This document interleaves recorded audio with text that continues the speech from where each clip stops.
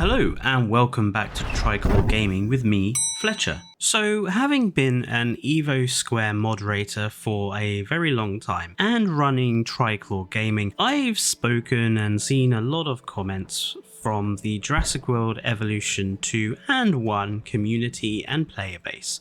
And I've seen some very common statements, especially around any possible Jurassic World Evolution 3. So what I want to do in some very simple, unscripted, off-the-cuff videos is kind of discuss these common statements and things that I tend to see a lot, and go over sort of what my hot take response to them is. Just because I think this would be quite an interesting sort of video set to do on the run-up to any possible announcement of Jurassic World Evolution 3, but also it would be nice to have a sort of video series which is a little more simple for me to create week on week, and in the background there won't be anything specific. There's just going to be footage of me doing my off-stream decorative and preparation work, so you guys can sort of see the director's cut, as it were, of the stuff you're missing from stream to stream and how I go about it as well. So let's get on with today's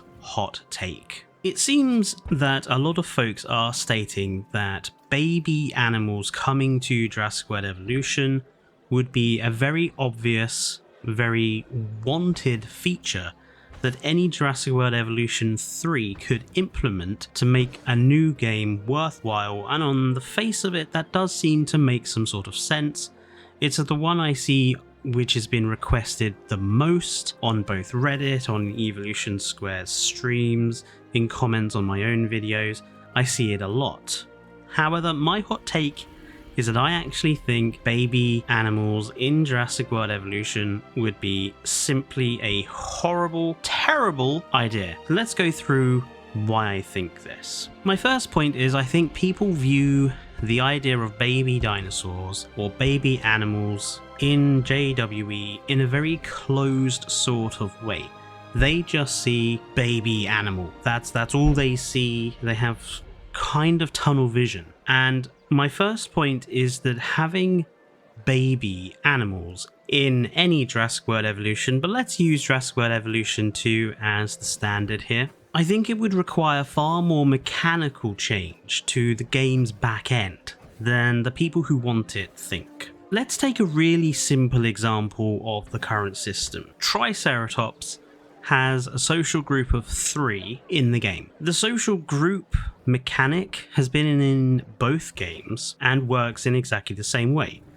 You have to manage the animal's social group. Anything under or above results in stress and the animal escaping or injuring itself or killing other dinosaurs you put in there. In games like Planet Zoo and even Zoo Tycoon 2, most of the animals, which are mammals, tend to have 1 or 2 babies at a time. Dinosaurs, like most birds and reptiles do, would lay clutches of eggs. And we already have a egg clutch system in Jurassic World Evolution 2. So imagine what would happen if your perfect social group of 3 Triceratops suddenly gave birth to a clutch of 5 additional Triceratops in the form of its eggs. How would that work with the current social and population cap system? Would they be counted as additional Triceratops straight away? Would they not be? When would they be counted as additional Triceratops? When and how would that interact with the social limits? How would that interact with, say, time? How long is it going to take them to grow up? When,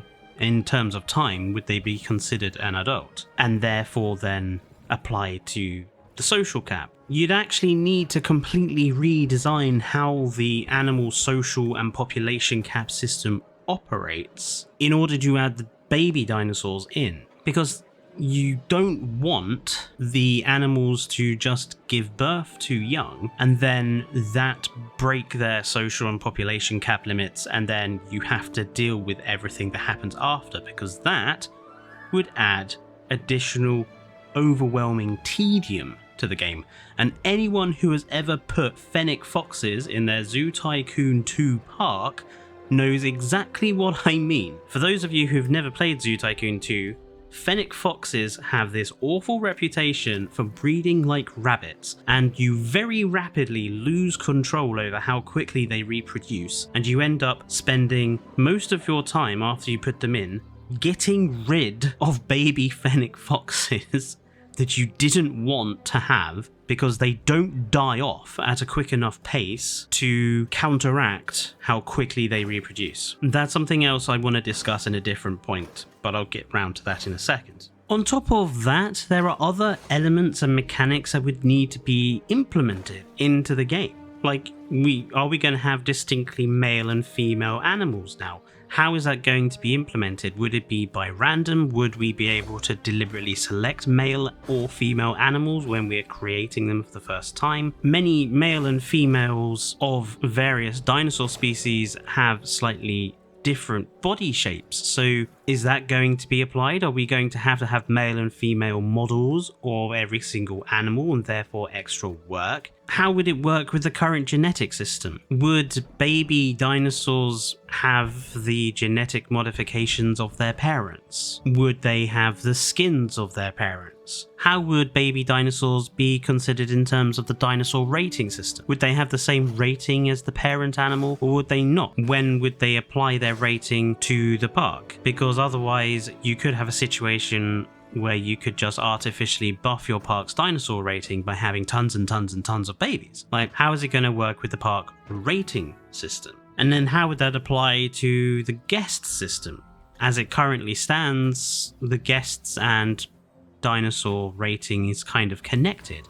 So how would those systems interact when it comes to baby dinosaurs? And that's just off the cuff of me thinking about it. There is far more mechanically that would be required than just the idea of let's have baby dinosaurs. There's a huge amount of gameplay considerations that need to be taken into account there, which I think the people who ask for babies don't tend to think about. And I happen to think that if, the game kept the population system as it stands now and dinosaurs would escape because you might have had a couple too many babies, I think people would start getting very cross of the tedium of having to constantly trank and move dinosaurs back into enclosures and repair enclosure fencing and everything else. Something we already find kind of tedious now when dinosaur social limits drop or get too high by accident or any of these other problems that we have. So yeah, I think the people are not really considering the mechanical back end. They just see cute baby dinosaur without considering how that's going to work in the game's systems. My second point is that to implement this, you would have to take work that could be used elsewhere. Let's take the best case example. Let's say that every single main family group of animal in the game will use the same baby dinosaur model.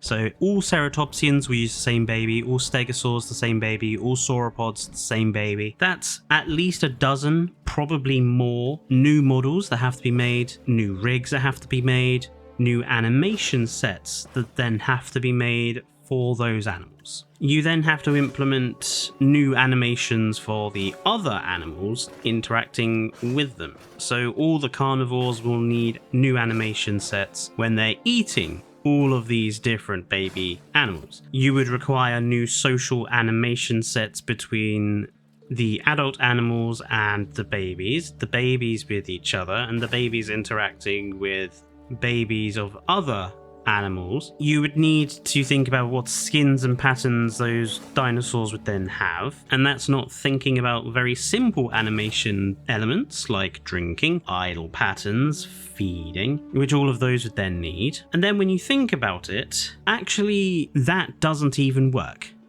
What about the animals that have singular representation? So, Dimetrodon, you'd need a baby model of Dimetrodon specifically. Therizinosaurus, you'd need a baby model of that. Lystrosaurus, you'd need a baby model of that. Oviraptor, you'd need a baby model of that. Archelon, you'd need a baby model of that. Nothosaurus, you need a baby model of that. Dunkleosteus, Megalodon. Oh, and then the hybrids as well. Indorex and Indoraptor and Scorpius Rex and Ankylodocus and Spinoraptor and Stegoceratops. they'd all need their own individual baby model to go with them. But then you then have a further problem, because even within the same classification or clades of dinosaur group, the various genus are very different. Just think about sauropods. You can't just have the same sauropodlet model for Brachiosaurus as you would have with Diplodocus, because they are two completely different body shapes. So you'd need at least two models of sauropod. You'd need a sort of long-necked horizontal sauropodlet, but you'd then need an example of something like a titanosaur sauropodlet with the tall neck and sort of square body. The theropods, you'd need one with short arms, long arms, 2 claws, 3 claws, almost no arms in the form of Carnotaurus. You'd need a particular model for Spinosaurus that would have to be different to Baryonyx and Suchomimus. The Stegosaurs, well, Stegosaurus and Wuhosaurus could probably use the same baby, but something like Chunkingosaurus and Huangosaurus and Kentrosaurus would probably need their own, because they have radically different body plans. The Ankylosaurs, you'd need one for Ankylosaurus and Euoplocephalus and Crichtonsaurus, but then you'd need one for the Nodosaurs, like Sauropelta and Polycanthus. And the Ceratopsians themselves, they all come in a distinctive range of frill sizes and spike numbers and shapes. So even that best case scenario of like a dozen baby models has now just increased to more than 24. And think about it this way. Would you rather have them spend all this work on 24 baby models for baby animals when the work they put into them could be put into giving us completely new genesis of animals? Or think of it this way. Would you rather have a baby Triceratops? Or would you rather have Smilodon? Would you rather have a baby Stegosaurus? Or would you rather have a woolly mammoth? Would you rather have a baby T-Rex? Or would you rather have a Gorgonopsid? Time is a resource in game development. And if you put your time into developing something somewhere, like baby dinosaurs, you're going to have to take time away from something else, like new animals. And we already know that Frontier is operating below the staff level that they had for Jurassic World Evolution 2. So they're probably even more compromised in that department. So that's point 2. Point 3 is that I see a lot of people asking for baby animals, but no one ever explains why. Planet Zoo has baby animals because there is a strong focus on conservation, but also it has online systems where you put those animals up for adoption for other people's parks. That's one of the primary ways you get new animals, is to adopt them from other people. Jurassic World Evolution 2, you just create them yourself. You gather the fossils, you create the genetic template, you breed them in the hatchery. You don't need an online system to do it. You could use the you could say the acquisition center is like that, but it's built entirely into the game. It's not an online feature. Zoo Tycoon 2, you either sold the animals to other zoos or released them into the wild. But again, there was a strong conservation focus and particular mission requirements for conservation that you had to complete. Jurassic World Evolution 2 has neither of those elements. So again, you're talking about a new mechanical element that would need to be added into the game from Jurassic World Evolution 2. And given Frontier's copy-paste game development strategy that they seem to have for these games, I'm not really sure it's logical to assume they would add completely brand new mechanics to it to allow for the babies. Now, some people would say, oh well, I want to have a completely 100% natural site B-like park where the animals naturally reproduce to recover their numbers after carnivores eat them. So a few points about that. Firstly, I think people look upon Site B mode in Jurassic Park Operation Genesis with some rose-tinted glasses. It was an awful system. It was boring. It was terrible. It wasn't in the spirit of the point of the game. What did you do? You got an island, you still had to plop down hatcheries, you still had to plop down feeders, you just created as many dinosaurs as you wanted, and then that was it. They wandered around, not doing very much, doing their animations. Yet it was a good way of seeing the possible animations and behaviors that they would all create. But after that point, like, it's not really gameplay. All you're doing there is kind of doing like a debug map, a test map, where you just put down everything and watch it for a bit, and it's not really in the spirit of what the game is. The spirit of what the game is, in terms of JPOG, but also in terms of Jurassic World Evolution 2, is that it is a park building game. The purpose of the game is to construct a park of animals and to manage a park of animals. The spirit of the game is not to create your own perfect dinosaur natural Site B Isla Sorna Island. And to be frank, we can already do that. You can already have Site B in Jurassic World Evolution 2.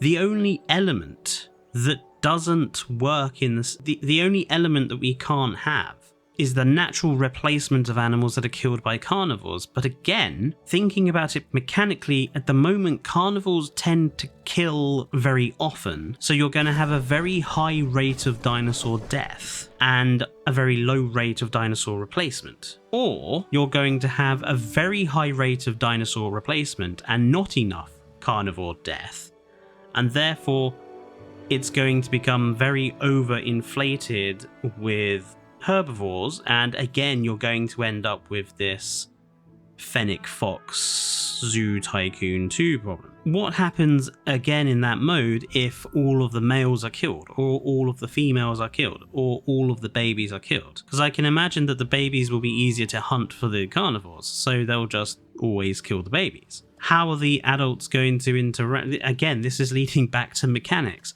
How are the adults going to protect the babies? Are they going to protect the babies? How is that going to operate with the current sort of wrestler style combat animation system that they copy pasted from Jurassic World Evolution 1 to Jurassic World Evolution 2?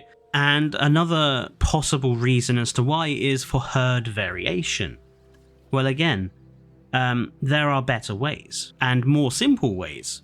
Slight size variation on the models, which is what Prehistoric Kingdom does. Why not just give us a baby dinosaur model variant for some animals like we have with the Camp Cretaceous variants? They seem to be too much easier to implement ideas that don't require massive mechanical changes, and would probably also work better in the way that the current mechanics works, so it's less work for Frontier, which means they could invest more time in the other areas. And this leads me on to my fourth point. Let's be kind. Frontier has a lousy reputation for implementing new features in half-assed, buggy ways. Let's look just at Jurassic World Evolution 2 as an example. The lagoons were added into the game with a complete lack of features for them. Decorations came much later. They were full of bugs. Lagoon animals could escape and get trapped in the terrain. The animals came with completely limited behaviors. They just ate and swam around, and they only got social animations 2 years after development, and they are still an incredibly half-assed system which a lot of people don't like using because it is so limited. The aviaries were less limited, but again, the pterosaurs don't walk. There's a complete lack of social animations and behavioral animations. Pterosaurs were buggy messes and escaping the paddocks most of the time, a bug that they claimed was fixed and fixed and fixed, but still happens to me. Pterosaurs getting stuck, which they claim was fixed and fixed and fixed, but it still happens to me. I've had it on stream. It does still happen. Or what about the scientist system? A very wide system, but very shallow at the same time. It was completely badly implemented, and one of the biggest cries within a couple of months of the game's release was, for God's sake, let us remove it from sandbox play because it's a terrible system. Nobody likes the scientist system. People don't like using the lagoons because of the bad implementation. People only very rarely use the aviaries because the pterosaurs flap around too much and don't walk, and everything else. Do we think that Frontier would implement baby animals in a wonderfully well thought out manner?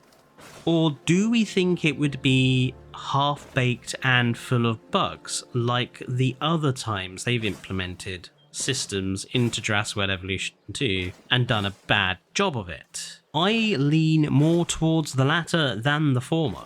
Jurassic World Evolution 2 demonstrated to me that Frontier can't really be trusted anymore to release a game that's not full of broken, buggy elements that are unpolished, and in some cases after 2.5 years still remain unpolished and buggy messes. I would much rather the time be spent on polishing and completing and improving upon the features that they have already implemented. I would rather a Jurassic World Evolution 3 came out with all of the problems of Jurassic World Evolution 2 fixed, rather than forcing more half-baked ideas into it and not fixing those elements because they didn't have time, because they were investing their time in implementing more forced bad ideas. And let me make something very clear. I'm not against baby animals in Jurassic World Evolution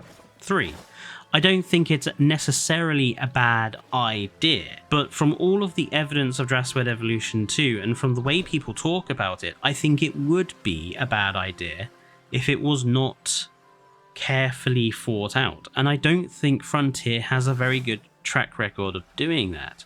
And I think there are better ways of doing it than just having mating dinosaurs and baby dinosaurs. Just give us some model variations that we can select, like you did with the Camp Cretaceous models, for some dinosaur species so we have some babies. Personally, that's my preferred method, especially in Sandbox, because maybe I don't want these babies to grow up. Maybe I want to keep the herd as I create it. Because again, this is a park building game. It's not a make a naturalistic environment game. If you want that, play the Isle or play any of the other dinosaur simulators. This is a park building game, and it is the park building element where they should be focusing their attention, because that's the bit which is currently desperately in need of improvement from Jurassic World Evolution 2. We have too many species. We have better maps and biomes now. The bit that they are still lacking on is the animation and behavior quality and the actual park building and management aspect of the game. The main bit of the game, the whole purpose of the game, it's a management game. Well, the management needs the most time. Focus on that. Get those bits fixed, get the lagoons working better, get the animation quality better, make a product that isn't a bug-filled mess, then maybe we can talk about babies or mechanical changes that allow for babies. But again, I think it's unlikely that they would be great mechanical changes, and I fear that it would just create a level of tediousness. But yeah, that was just my hot take on the idea of baby dinosaurs or baby animals being brought into Jurassic World Evolution. Let me know down in the comments what you think, what your responses are. What do you think about the idea of adding dinosaurs or babies into a game like Jurassic World Evolution 2 and the mechanical problems inherent with that? And what are some other ideas of comments or things you see quite often from the community that you think I could do future hot take videos about? I already have a couple of ideas, looking at the people who constantly ask for bigger maps next time.